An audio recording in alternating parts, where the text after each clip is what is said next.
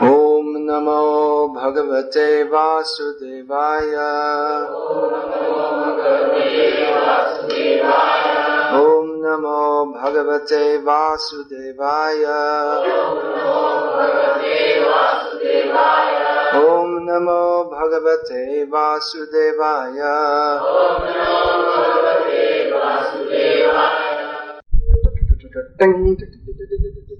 So he asked one day, who's that typing? So reply came, Mukunda. I said, oh, that's very nice. So that would, of course he might have chanted 16 rounds before he did that. But often even Prabhupada would call devotees, even early in the morning, and preach to them or engage them in some activity, discuss some management matter with them. So there are various guidelines, but it's not a stereotype. One guideline is, please don't put your hands in or on your mouth. Keep it away. When you eat, put your hand in your mouth. Otherwise, keep it away. Here's a genuine Prabhupada said, that the mouth is more contaminated than the anus. Because most of the germs, most diseases, infectious disease, they're mostly by breath, isn't it? So there's so many germs in the mouth. So as soon as you touch your hand to your mouth, it's contaminated. You're supposed to wash it.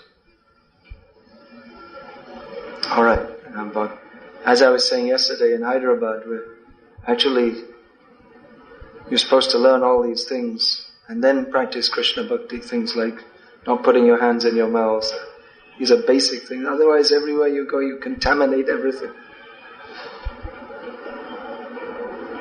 So, this is preschool. Now we'll go up to the post-PhD standard, Bhagavatam. First we should go to kindergarten. So, both things are going on simultaneously. Srimad Bhagavatam, Canto 3, Chapter 13, Text 44, Translation and Commentary by His Divine Grace Srila A.C. Bhaktivedanta Swami Prabhupada, Founder Acharya of ISKCON. Vidhunvata Vedamayang Nijang Vapur Janastapa Satya Nivasino Vayam Sakashiko Dhuta Shivambu Bindubhir Vimrijyamana Brishami Shapavitaha.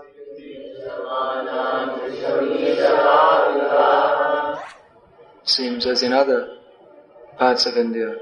You don't see it. But it's very common. Throughout India there are so many pigs wandering around the streets.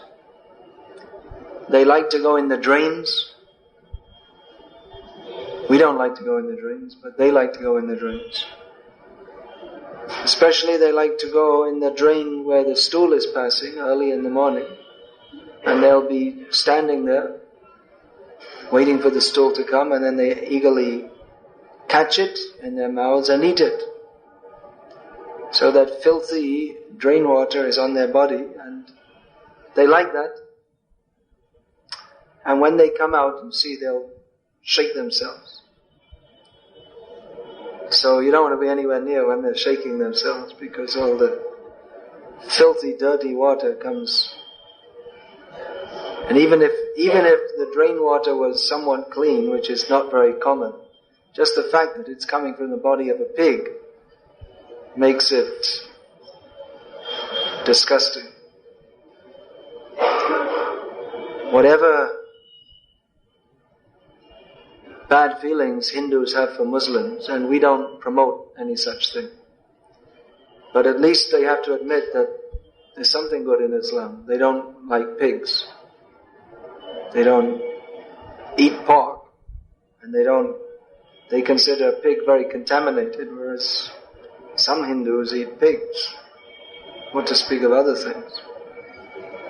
So a pig is extremely contaminated. Practically the worst insult you all know.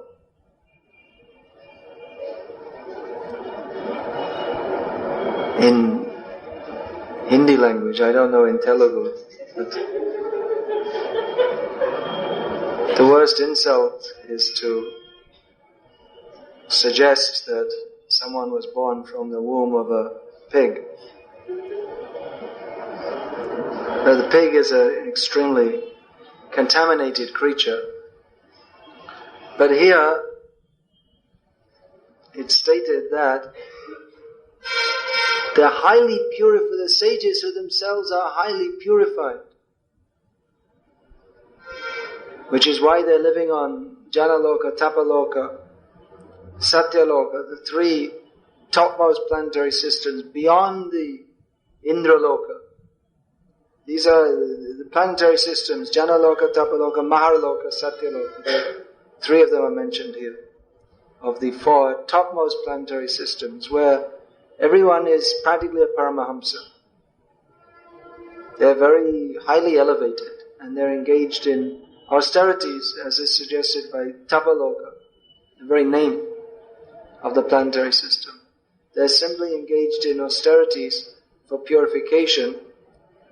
Here they're saying that we feel we have become highly purified by the water which you have shaken off your body. And the Lord came out of the Lord in the form of the pig incarnation, Varaha avatar. The very word Varaha means pig. Boar actually. Varahi is female pig. There's a distinction. So the very name means pig, but this boar incarnation, the highly purified members of the higher planetary systems feel that we have become highly purified by the water which you have shaken off your body. So you can imagine the effect of his shaking his body, that the water spread throughout the upper planetary systems. So he's no ordinary pig. Elsewhere here in Bhagavatam is stated, Adi Varaha. He is the first boar. So the first boar is Lord Boar, the Supreme Personality of Godhead.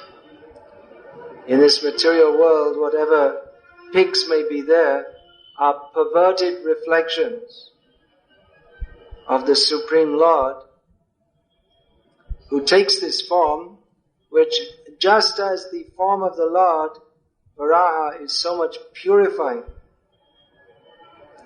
so in the same way, the form of the pig in this material world is contaminated. Now there is a theory which Bhakti Siddhanta Saraswati Thakur, I believe, gave the word to this of zoomorphism. It may be in the English dictionary, but it may not be also. Based on the word anthropomorphism. So zoopomorphism. Anthropomorphism means that we have imagined God to be in the image of man. In the Bible it's stated that God, Prabhupada sometimes used to quote this, that God created man in his own image. But idiots like Freud and others, they have theorized that man has created God in his own image. Freud had the spectacularly foolish theory that because the idea is there, given by Darwin, another incredible fool who is accepted as the leader of the fools of the modern age. So Darwin's theory, as we all know, is that Once upon a time, there was a monkey whose child had less hairs on its body and it was more intelligent than the others. And then this mutant was running around the jungle and met a female mutant with similar features. And his name was Adam and her name was Eve. And that was the beginning of the human race. So, based on this misconception, Freud gave the understanding of how God came into existence. That the early man was a jungle hunter. So they used to go around in packs with one man who dominated all the women, just like you've seen monkeys, a gang of monkeys. There'll be one male monkey and all the females. So Freud came up with the brilliant idea that there was one in these primordial men who came out of the primordial soup. There was, in each pack, there would be one boss who was in control. And he dominated all the women, and naturally he had many sons, and they were all afraid of him because he was the biggest and strongest. But at the same time, they had some affection for him.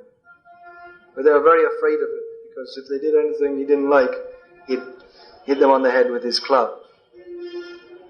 So according to Freud, modern theology, belief in God, has evolved from within our genetic, of course they didn't have such developed understanding.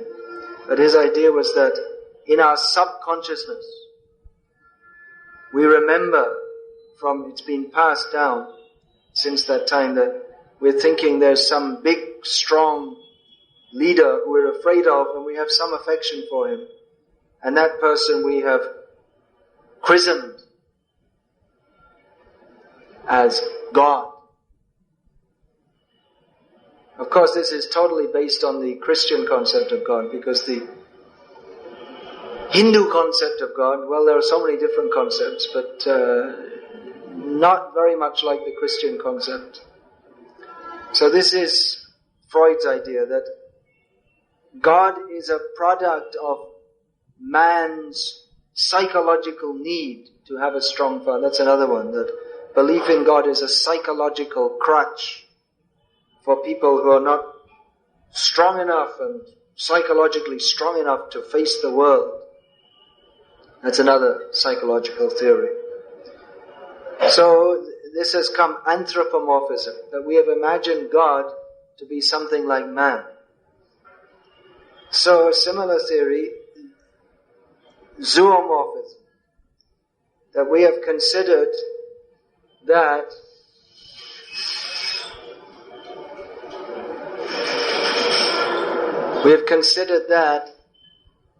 here's a genuine Prabhupada said, when the class is going on, the curtains closed, just go on listening.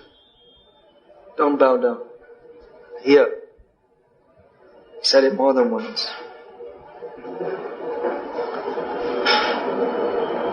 So this theory that we have imagined God to have various forms, such as Keshava Dhrita Shukara Rupa Jaya Jagadisha Hare, that the Supreme Lord has assumed the form of a hog, or the form of a half lion, half man, or the form of a swan.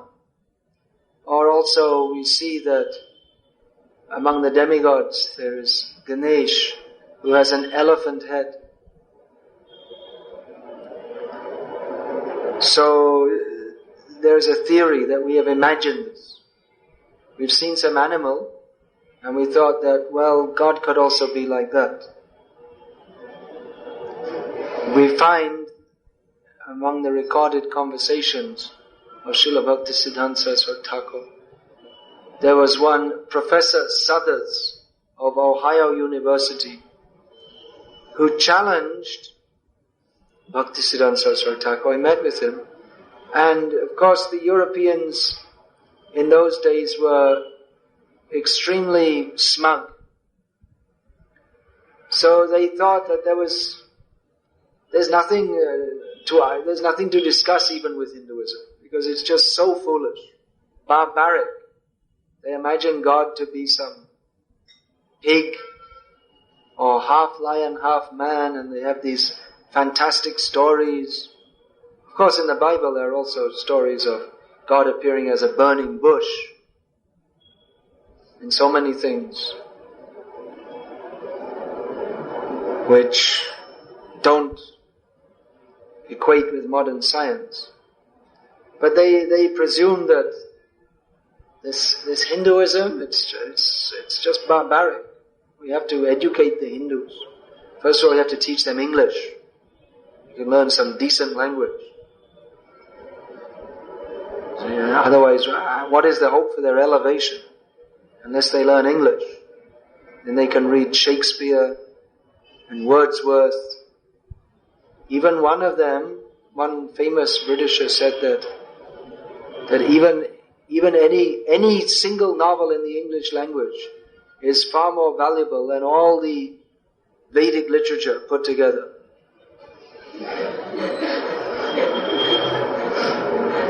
James Bond. So puffed up. So this Professor Suthers, he'd heard that he was visiting India to study comparative religion. Comparative religion means in those days it meant that they compare all the religions and they say that Christianity is the best. That's already understood before they start to study. So he'd heard that this Bhaktisiddhanta Saraswati was a great scholar. So he went to visit him, and immediately he started off, well, you see, all the standard challenges, or not even challenges, scoffs. And you see your Krishna appears to be immoral, and then you see, you say that God appears as the form of a pig and different forms. Bhaktisiddhanta Saraswati Thakur just flattened him, intellectually flattened him. Said that from the beginning you can't understand what is the transcendental nature of God. The transcendental nature of God cannot be understood from your... He used all these long words, I'm trying to remember. Anthrocentric point of view. He accused, that one accusation is anthropomorphism, then zoomorphism. So, ethnocentric. That you are seeing the human race as this, actually you should have said Eurocentric. That we're considering the European. At that time especially, they're extremely puffed up. They were considering that Europe is advanced in science and technology and all knowledge, and the rest of the non-Christian world is in the darkness of oblivion. So he couldn't imagine. He'd heard that Bhaktisiddhanta was a great intellectual, so he thought that it's not possible. I have to go and just put him in his place. But what happened actually, Bhaktisiddhanta Saraswati Thakur absolutely intellectually flattened him. He said, from the beginning, he said, you cannot understand. You shouldn't even begin to try to understand. By the empiric process, you cannot understand God. God has His transcendental activities, which can only be understood from the transcendental platform. You shouldn't even try to discuss. You're certain to misunderstand. Just as 5-year-olds, they may hear the words atomic physics, and so they can discuss among themselves. But no one of any intelligence will take them seriously. So in the same way, if you're not educated in the science of God, you may discuss it and you may come to some conclusion. A 5-year-old, I'll give an example from my personal experience. Once I was traveling on the train from Thailand to Malaysia. So some young man from England was on the train also. And he was young and foolish. The two often go together. Not necessarily, but often they go together. So he told me that I'm going to become a great author.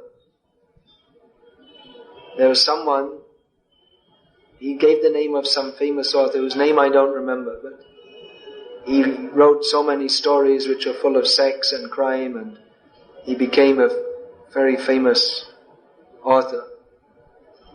I didn't read his books, but anyway, he said the name. So he said, actually, anyone can write like that. It's, you just tell some stories about sex and crime, and I'll also become a multi-millionaire by writing books.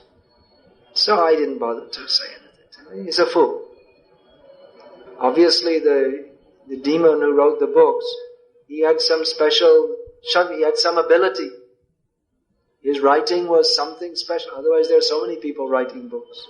Every day, some more than 1,000 books are published in the English language alone. But even to get published, it's not so easy. To find a publisher to sponsor, because publisher means they want to make a profit. So you have to think that this book is going to sell. So among those that are published, not all of them are profitable. But he was thinking, well, I'll just write a book and, I'll also become a multi-millionaire author. As if there are not hundreds of people trying to do the same thing. But some among them, he became successful. He had some better ability than others to express sex and crime. So I didn't bother to speak. Why should I bother? He's a fool. Why should I try to convince him that he's a fool? Let him find out for himself. So, in other words, how can you take such a person seriously? So it's easy, I'll just write a book and I'll become a multi-millionaire. So the same way, why should we take seriously? So many people say so many things. Recently also someone sent me an email that, when I'm preaching, people say to me about this one Shastri from Maharashtra who has a large following in Gujarat. So how should we counteract? What should we say? How are we to understand? So I wrote some short rebuttal of his different points. He said, for our own understanding. Then he wrote another one. And then I wrote back and said, look, if you're going to write me every day, I'm going to be busy every day because there are millions of these people. There are so many bogus people. So how to defeat them? You take one verse from Bhagavad-gita, which will apply to all of them. It's in chapter 7, I believe it's text 14 or 15. It goes like this. Namam duskritino mudha prapadyante naradhamaha maya pahrita jnana asurang bhavam ashritaha. Those who don't surrender to me, Krishna says, they're all rascals. There are 4 categories. It means fools, lowest of mankind, those who are apparently intelligent, but whose actual knowledge is stolen by illusion, and out demons. So if you want to go to the trouble, you can take the names, the 100 most prominent demons in the world today, and classify them. This one is a Mura, this one is Naradhama, this one is Maya Aparita Jnana, and this one is Asuram Bhavam Ashrita. If you want, you can go to the different. You can just see. People are saying, I believe in this Baba or this Bappa, or you just see, what is this? Classification 1, 2, 3, 4. Then again he wrote back, well, what about this one? He said, look, you do your own work. Here, this is the blanket definition of all of them. They're all simply fools, rascals and demons, according to Krishna, if we are to accept Krishna's definition. So, this is how to understand. We are hearing Srimad Bhagavatam. Srimad Bhagavatam is meant to be spoken among devotees. As yesterday, I was quoting that verse, that Krishna is speaking about Bhagavad-gita. Idang te na tapaskaya, na bhaktaya kadachana, nacha susrushaveva chang, natame yobhisuyati. This Bhagavad-gita, Krishna said, is not meant to be spoken among those who are not devotees, or those who are envious, those who do not listen submissively. So this description of Lord Varahadev, it's actually not meant for you. If people challenge, we can say, first, you don't discuss. You hear Bhagavad-gita. Try to understand. This is not actually for you. You can tell people. You don't challenge about this. It's not for you. You're not advanced enough to understand. Just take it like this. Just like if you want to challenge, well, I don't believe in Einstein's theories. What do you know about Einstein's theories? You can't even understand what they are. So how can you disagree with it? There's no meaning to your disagreeing with it because you don't understand. First of all, you have to understand something, and then you can intellectually decide whether to accept or not. But if you don't understand it, then if you dismiss it, then it's simply dogmatism or fanaticism. So anyone challenges like this, you say, this is not for you. You don't understand this subject matter. First you hear Bhagavad-gita and understand, and then we'll discuss with you. What is the meaning? We can discuss. If someone is Shastra-vid, he has some knowledge, at least superficial knowledge of Shastra. We can discuss. But then we'll discuss on the basis of Shastra. Just like when scientists discuss their different theories, they have so many different theories. But there are certain ground rules for discussion. There are certain accepted axioms. So in the same way, if we are to discuss the nature of the Supreme Lord, and whether or not He can appear in the form of the boar, then it has to be discussed on the basis of Shastra. On this basis only. Otherwise, people may say, well, it's just impossible. How can we believe? How can we accept? It doesn't seem to fit your logic, but logic is not the standard for understanding God. The very beginning understanding of God is that He's beyond logic. If God is within our logic, then what is the meaning of His being God?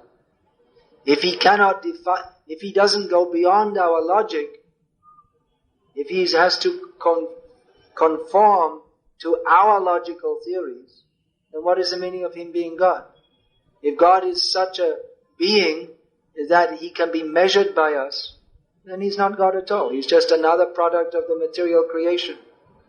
You say, well, I don't think it's scientific, your description of God. That's exactly correct. He's not scientific, according to the terms of mundane science. Because mundane science is incapable to measure God. That is the very definition of God. If God is measurable by mundane science, then what is the meaning to Him being God? If He cannot defy the laws of physics, then what is the meaning of Him being God? So discussion of the nature of God, from the very beginning, people may say, I don't accept this on scientific grounds. But from the very beginning, the scientific grounds, that's got nothing to do with the science of God. When we come to understand God, then immediately we retire all the laws of science. Because that is only for describing the material world. But the very nature of God is that He is transcendental. The laws of science do not apply to Him. So your epistemology for understanding reality is from the beginning incapable of approaching God. You have made the mistake from the very your very beginning mistake, the empiricists make, of accepting only that knowledge which they can empirically verify. Of course, there's so much in modern science which is empirically not verifiable, it's simply theoretical. But it is a mistake to consider that all knowledge can be, just like that Sanskrit saying is there, hastamala. Just like you can grab a amla fruit in your hand. So if we think that all knowledge we can grasp in our brain, just like we can grasp an amla fruit in our hand, that is from the beginning a misunderstanding. Because knowledge is unlimited. What to speak of knowledge of God, who is by nature, the very meaning of God is that He's unlimited. So we should not we shouldn't imagine that we can understand God as maybe we can study an amla fruit. We can analyze what are the different constituents and components, how much vitamin C, and how is it cultivated, what is the planting season, which soil is favorable for its growth. We could pretty exhaustively study amla fruits. You could write a book, and within that book, you could more or less exhaustively cover the subject of amla, which genus or it falls within the amla plant, what is the average lifespan, and what is the geographical distribution, which kind of soil it grows in, and then cultivation of the amla plant, and then harvesting of the fruits, use of the fruits, medical uses, both internal and external, and then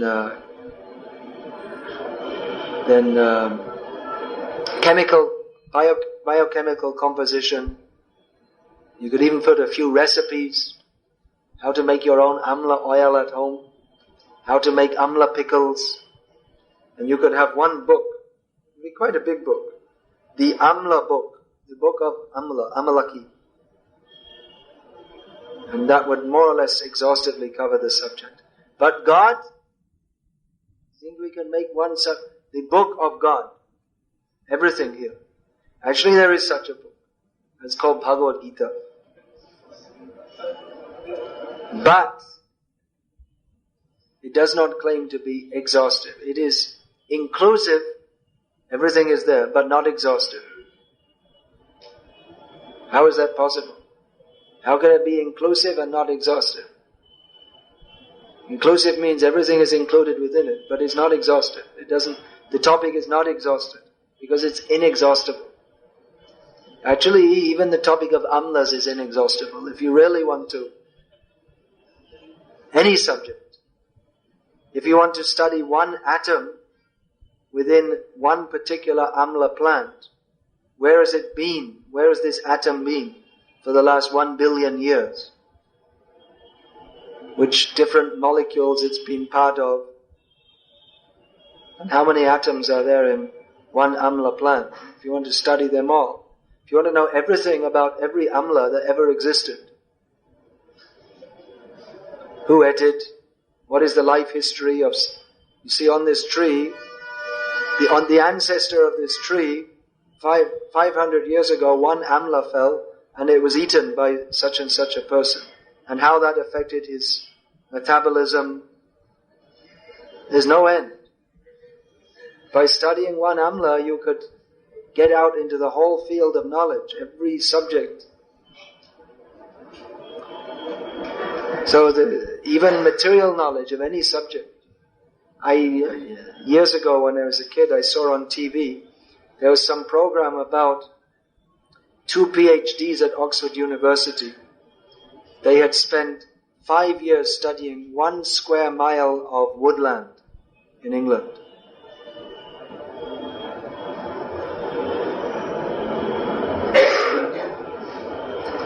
5 years.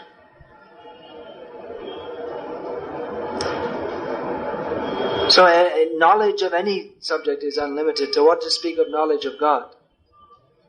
So to understand that knowledge, we have to accept the process, a certain process, to understand. If we want to, for instance, if we want to understand the biochemical constitution of amla plants, there's a certain process, we have a certain methodology we have to undertake. There's no use going to the Hubble telescope in California and holding one amla in front of, I want to understand what is the biochemical, you can't even focus. I mean, maybe you want to take the amla to Mars and then analyze it through the Hubble telescope. But that's not a very sane way of doing it. There's a certain methodology we have to adopt in studying any topic. If you want to understand the biochemical constitution of amla, how should we do that? You know the best way?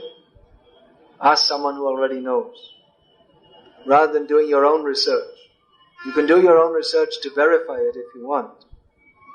But the actual system is to find out from someone who knows. You get a book and it tells you, this is how it is. And if you don't understand, it may say that, of course, amla is one. You wanted to understand the chemical constitution of, say, soybean oil. So they may say, well, there's so much polyunsaturated fats. You may say, well, what's a polyunsaturated fat? What's the difference between a polyunsaturated fat and an unsaturated fat and a saturated fat? So, how to find out? We can find out from someone who knows. So that is the system also for understanding spiritual knowledge. We find out from someone who knows, who then guides us according to the standard system of knowledge in understanding. So, mostly people when they come to talk of God, they do so in a childish way. They may be highly educated in other ways, but when they come to speak of God, they mostly speak in a very childish way, or they come to a very foolish conclusion, such as that there is no God, or their local incarnation is God. Foolish. So, therefore, Prabhupada wrote so many books. One time he asked a question to some of his disciples, that why are we putting so much stress on this book distribution? Why are we writing so many books and trying to distribute them? Prabhupada said, because we are giving knowledge to society.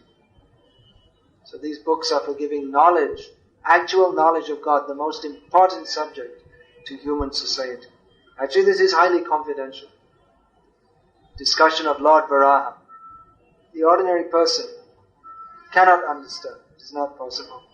But we can understand by studying Srimad Bhagavatam, and not only studying, but we have to hear regularly also. We should hear regularly from devotees, those who have understood the subject matter. And then we can also understand. But simply, we may read so many books by so many rascals, and we won't understand.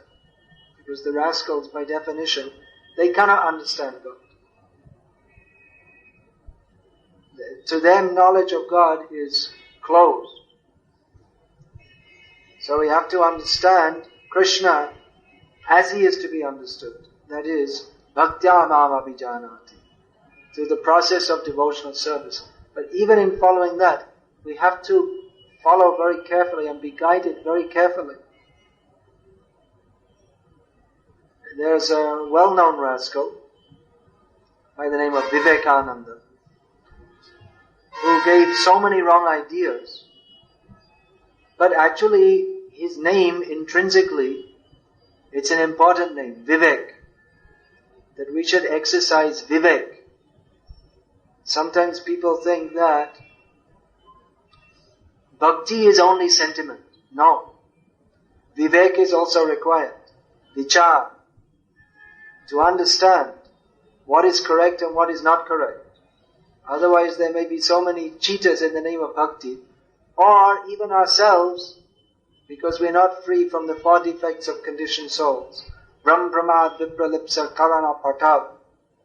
This tendency to make mistakes, to be illusioned, to have imperfect senses, and the cheating propensity.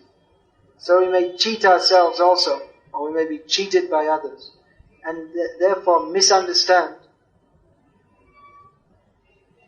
So we have to, it's an essential principle of advancement in devotional service.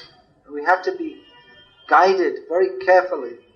Otherwise the tendency is there to misunderstand. We may think we are understanding. Someone may read Prabhupada's books and think, oh, I understood.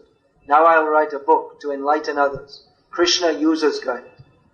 The very title is absolutely opposite of bhakti.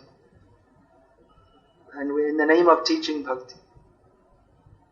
So misunderstanding and foisting it onto others. I become a guru. I'm teaching others. So how much careful we have to be. Even within our Krishna conscious movement given by Prabhupada, how many times Prabhupada emphasized for our benefit that we have to carefully and closely follow him.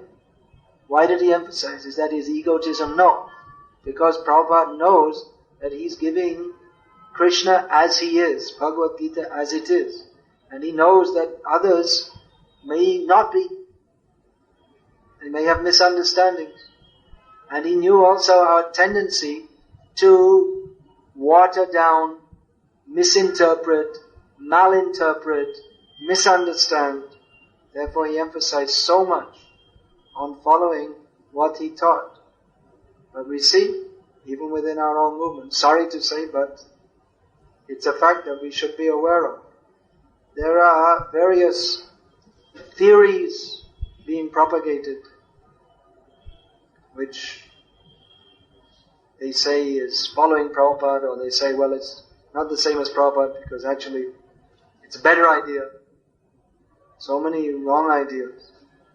So we have to very carefully follow, be guided properly. Otherwise, we're always in a very dangerous position.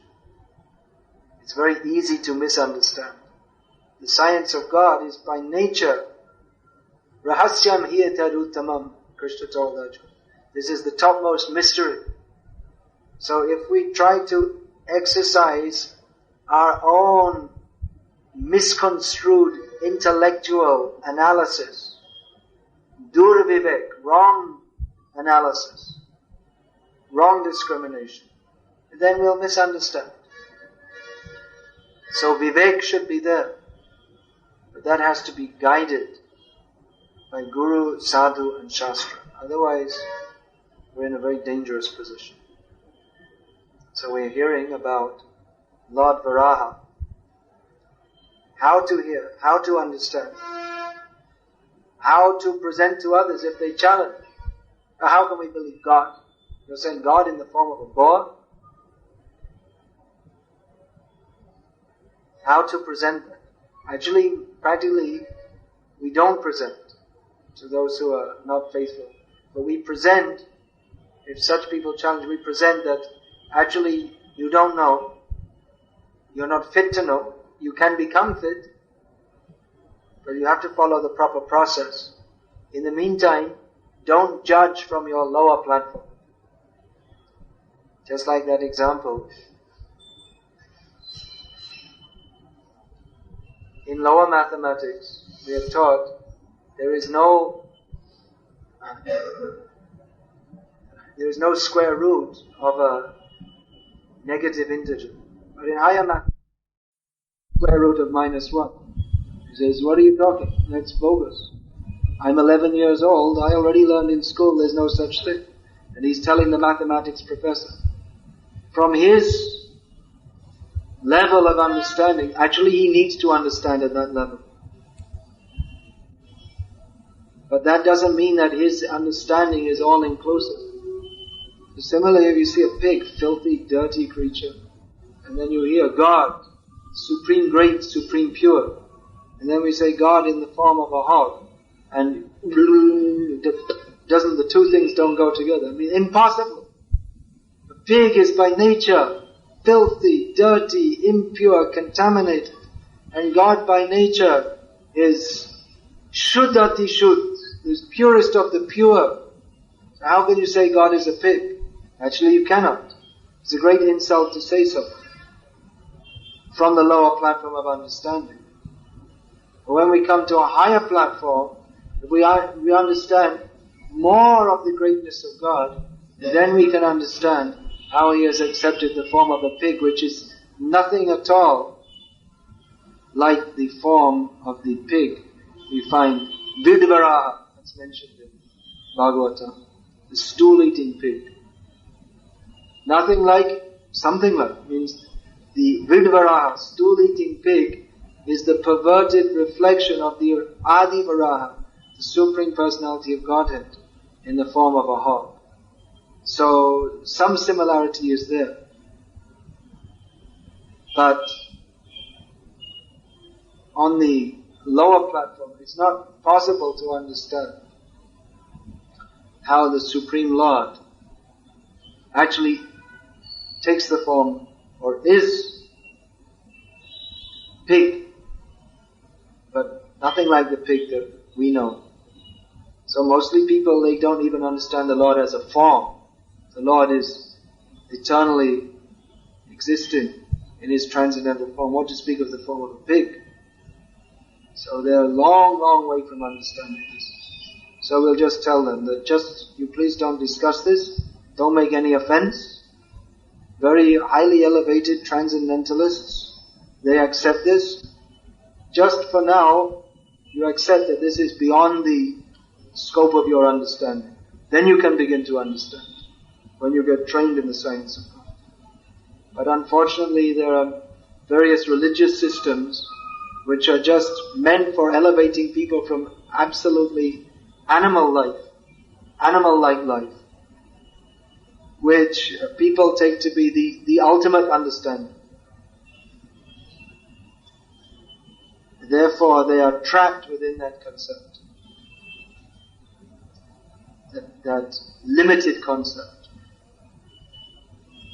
So therefore, this book distribution is very important to introduce people to understanding of God beyond their very limited understanding. Their understanding is limited not only by their lack of knowledge, but by their lack of purity, by their sinfulness. So this book distribution is very important. Mostly here in India we distribute to Hindus. But naturally they are more likely to take. But it's also important that we find the ways and means to distribute to all the jivas in human forms.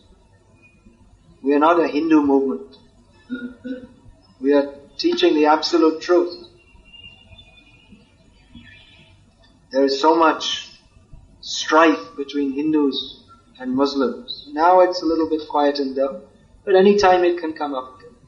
And now Hindu, Christian, that's a new... already in India there's so much between different castes, and then between Kannadigas and Tamils in Bangalore, and then between Hindus and Muslims, and just to add another mirchi, they put in Hindu Christian, Asat Bhavana, bad feeling. This Rajiv Gandhi did a Sat Bhavana Morcha in Hyderabad. Shortly after that, someone expressed their Asat Bhavana towards him by giving him a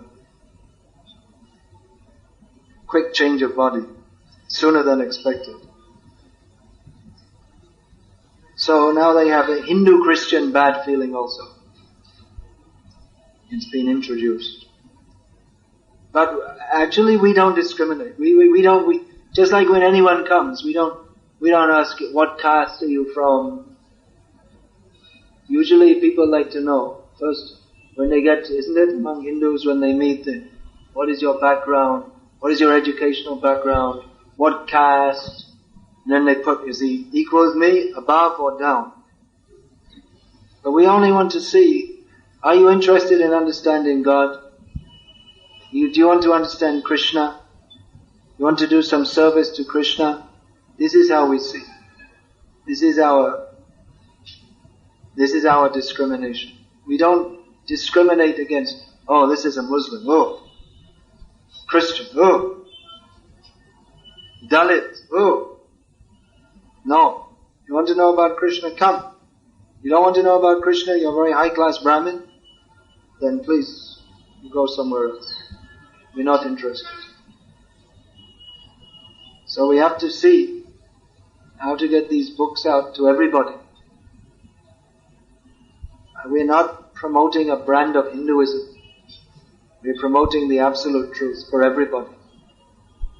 Hare Krishna. Is there any question?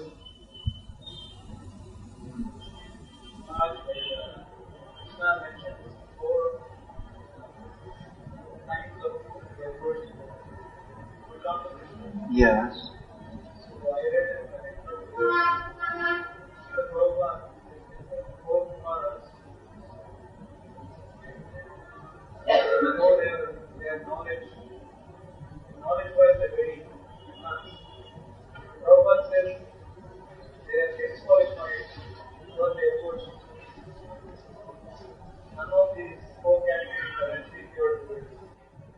No, they're not disqualified. They're qualified to take to the path of devotional service. They're not disqualified.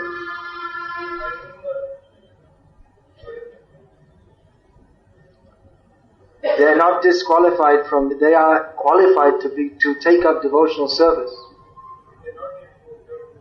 Not at that stage. At a certain stage, but then having taken up devotional service, then they become purified. They become devotees.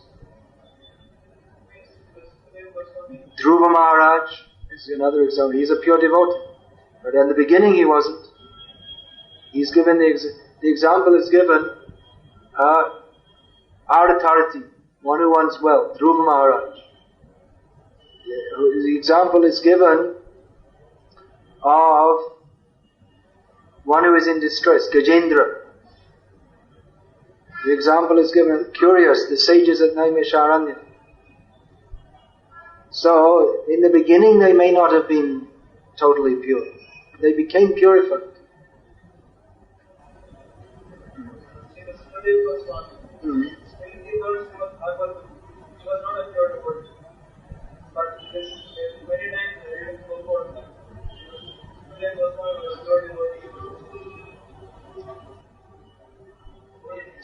Self-realized soul. Well, he said about himself, Parinishthitopi nirgunye. I was situated in the nirgun position. I was like an impersonalist. Actually, he's a pure devotee, but he was temporarily like an impersonalist. And then after hearing Srimad Bhagavatam, then his devotional feelings again became manifested. But temporarily he was in the nirgun position. No material interest.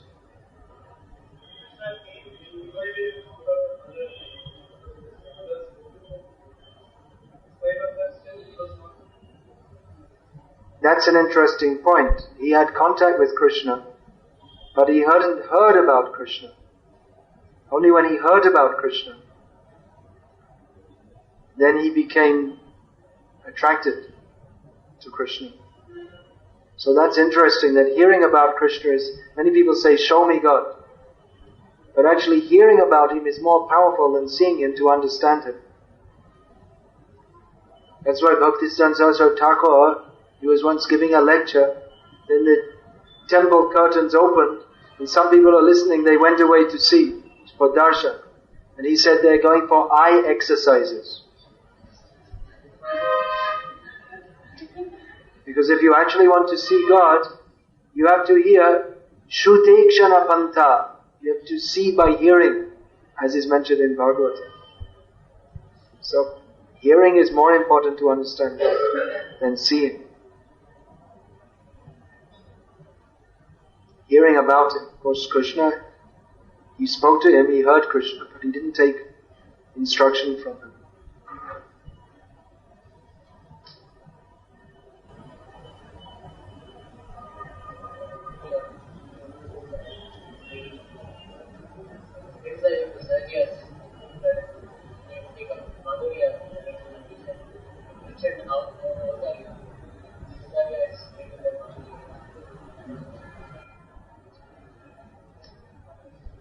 You're reading in one of my books. Which is that? My memories of Prabhupada. Sahajiyas, they try to take up Madhurya Bhav without proper qualification. But higher than Madhurya Bhav is Audarya Bhav. Audarya means the mood of liberality, which Chaitanya Mahaprabhu manifested, giving Krishna freely to others. Krishna Namo Mahabharanyaya Krishna Prema Pradayate Krishnaya Krishna Chaitanya Namni Gortashenam. This is Chaitanya Mahaprabhu's mood of liberality. This is the Supreme Lord who is himself Rasik Shekhar, the enjoyer of all the rasas, the king of the enjoyers of all rasas, the highest of which is Madhurya Ras. So he himself comes in an even more developed form to give that to others. So this Audarya Bhav, preaching, that is even more important than relishing the mellows of Krishna's pastimes. Of course, preaching means to preach about Krishna and his pastimes.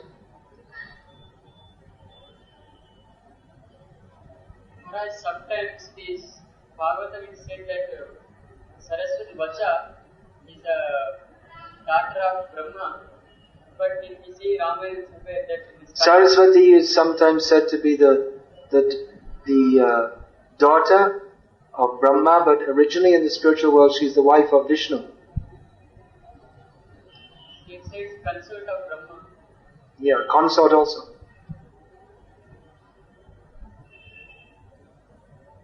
Everyone in this material world is born from Brahma, even his wife. Wives, directly or indirectly.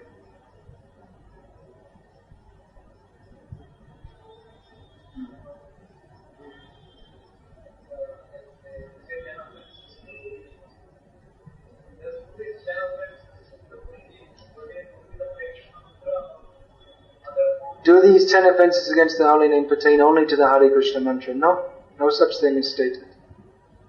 Offences to the holy names. Nama Parada, not Mahamantra Parada.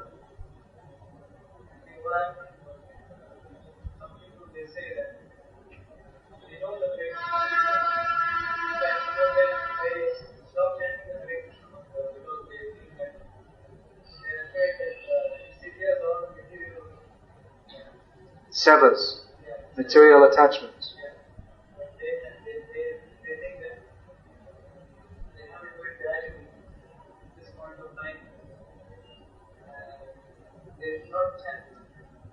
It's another fantastic foolishness.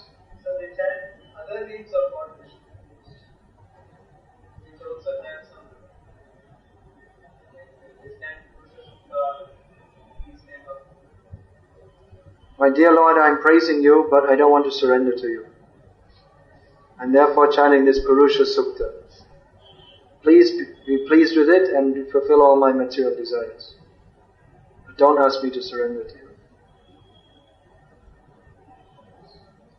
The Lord accepts our bhavana that we were discussing yesterday. Bhavagrahi Janardana. You can't cheat him or fool him. Yes, yes, yes.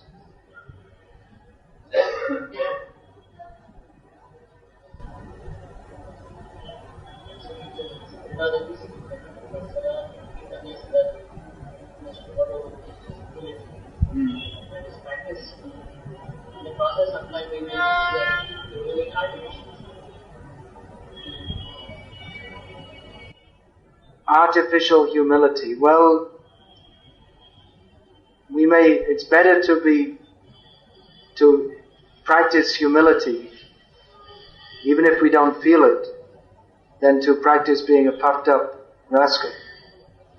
In other words, you may feel like speaking very harshly to someone, but instead, if you make a practice of speaking to them less harshly, then by practice it will become internalized also.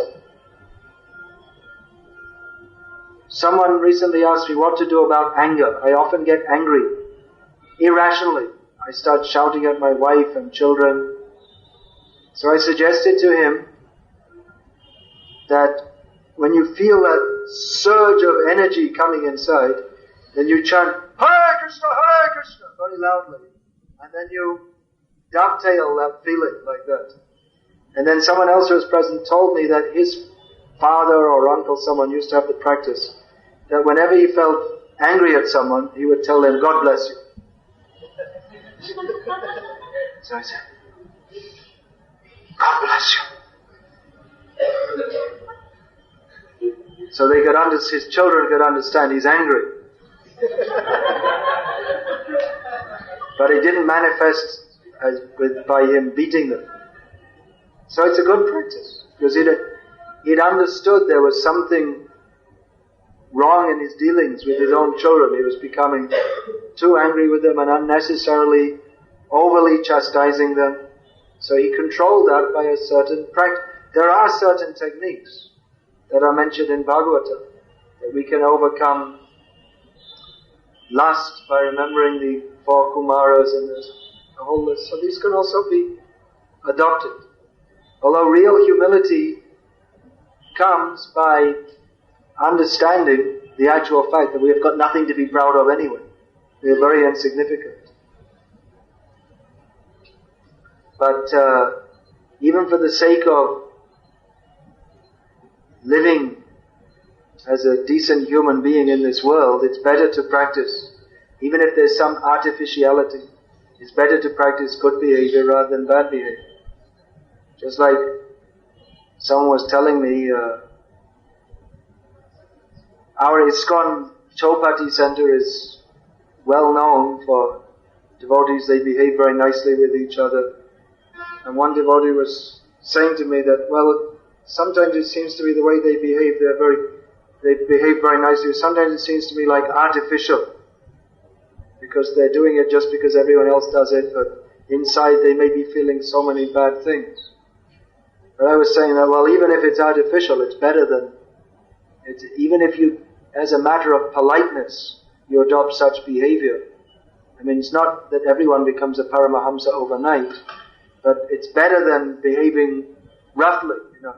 I should just do what I feel. I feel like I want to call this guy a son of a pig, so I should do it. But no, then that's why why are children trained? They're supposed to be trained in polite behavior, because it's better than not. Just this modern idea, if it feels good, do it. This is pig philosophy. The dog